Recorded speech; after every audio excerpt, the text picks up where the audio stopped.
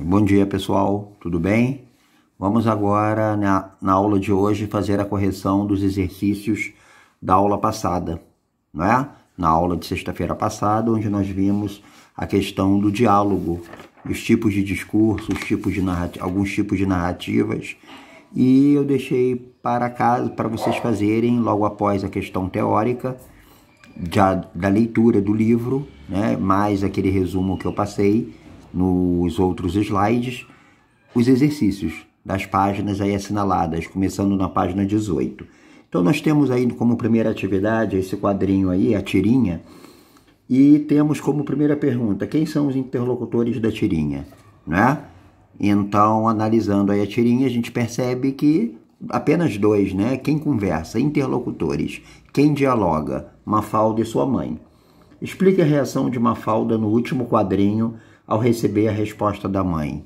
Então ela fica surpresa, né, com a resposta da mãe e responde de forma inusitada. O que seria esse inusitado aí?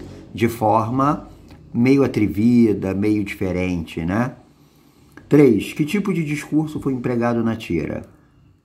Nós temos aí, como é a reprodução das falas delas, o discurso direto, pois o personagem fala diretamente no texto. A reprodução fiel das falas delas. O que é diálogo? Em quais situações ele é empregado? É uma conversa estabelecida entre duas ou mais pessoas. Por isso o nome diálogo tem que ter no mínimo duas pessoas, tá? É usado no nosso dia a dia como uma conversa entre amigos, uma ligação telefônica, entre outros. São as várias situações da vida, né? Dentro da narrativa podem haver 3 tipos de discurso. Quais são eles? Explique. Então, nós temos aí discurso direto, indireto e indireto livre.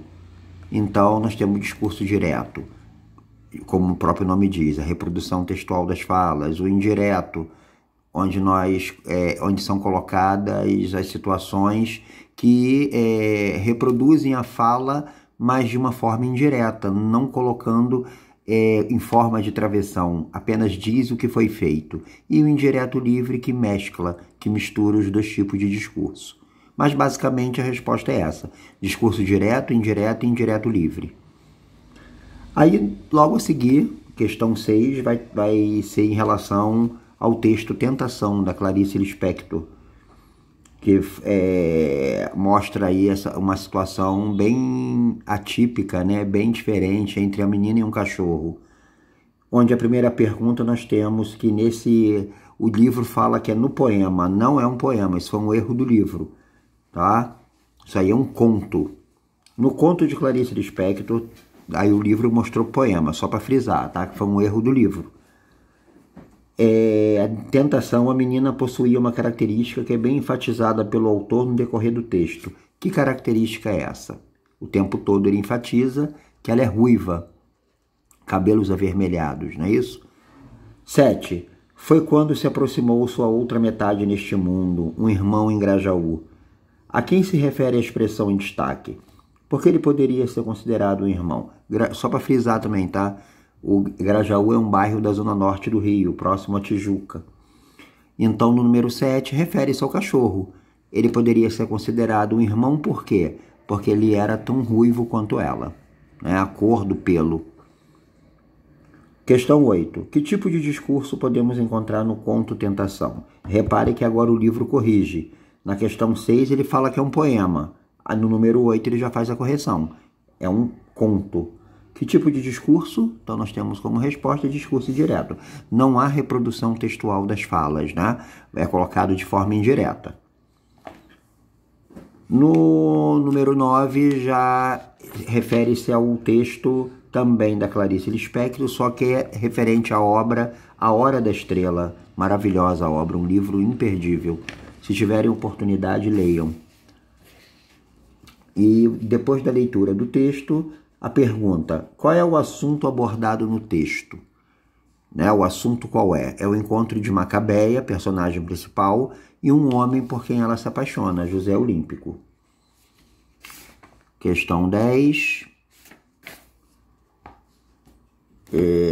Transcreva do texto um exemplo de discurso direto, ou seja, a reprodução fiel de falas. Aí nós temos ali o exemplo: eu sei, mas não quero dizer. Não faz mal, não faz mal, a gente não precisa entender o nome. Então, repare as travessões e as duas pessoas dialogando. Número 11. Assinale a alternativa em que a ocorrência de discurso indireto. Percebemos aí que é a letra C, onde é dito o que é feito, não a reprodução do próprio diálogo. 12. Retire do texto um exemplo de verbo dicende. O verbo dicende é aquele verbo que introduz a ideia do que é dito. Perguntar, dizer, argumentar, tá bom? Então nós temos aí como exemplo, ele se aproximou e com a voz cantante de nordestino, que a emocionou, perguntou-lhe. O verbo perguntou. Número 13. Passe para o discurso indireto, período a seguir. Eu sei, mas não quero dizer. Então, para reproduzir o que foi dito sem usar o travessão, sem usar a forma de diálogo. Ele sabia, mas não queria dizer. 14. Os personagens Macabeia e Olímpico tinham receio de falar sobre seus nomes. Por quê? Por que eles tinham vergonha? Por serem desconhecidos e complicados de pronunciar, né? Macabeia e Olímpico são nomes bem incomuns, né? Não são nomes comuns. No número 15, eu preferia continuar a nunca ser chamada em vez de ter um nome que ninguém tem, mas parece que deu certo. Parou um instante, retomando o fôlego, perdido, e acrescentou desanimado e com pudor. Pois como o senhor vê, eu vinguei. Pois é, explica o sentido da expressão em destaque. Significa o quê? Vingou significa que deu certo, que funcionou, que a coisa foi legal, tá? Que deu certo mesmo. 16. Nós temos aí também um fragmento, um pedacinho de reprodução de diálogo. Passando para o discurso indireto, fragmento acima, de acordo com a norma gramatical, temos letra A. O alfinete disse à agulha que fizesse como ele, que não abria caminho para ninguém. Está relatando o que foi dito. Não de modo ao pé da letra, de modo textual. 17. Não existem marcas que mostrem a mudança do discurso. Por isso, as falas dos personagens e do narrador, que sabe tudo o que se passa no pensamento dos personagens, podem ser confundidas.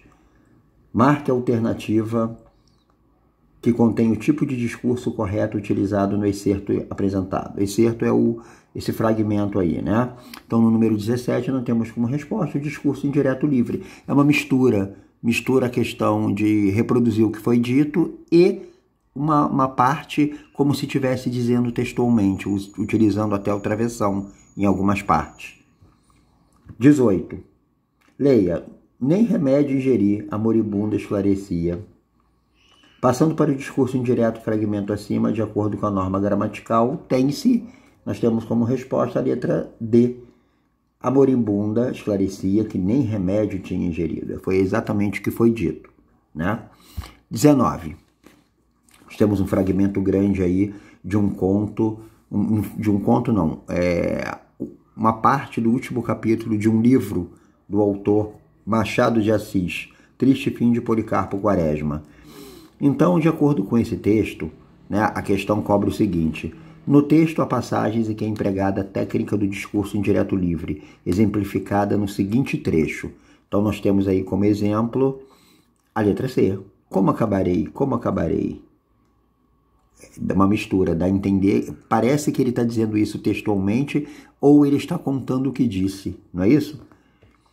Número 20, nós temos o texto da utilidade dos animais e a questão lá no final, depois de todo o texto lido, o texto maravilhoso do Carlos Drummond de Andrade. Nas duas últimas falas do diálogo, o professor e Ricardo, pode-se inferir que... Bom, inferir é deduzir, tá bom? É fazer uma dedução. Então, o que a gente entende aí nas duas últimas falas? O que nós entendemos? Que o autor, na fala do aluno, tem a intenção de criticar, ironizar a aula que é dada. Não é isso?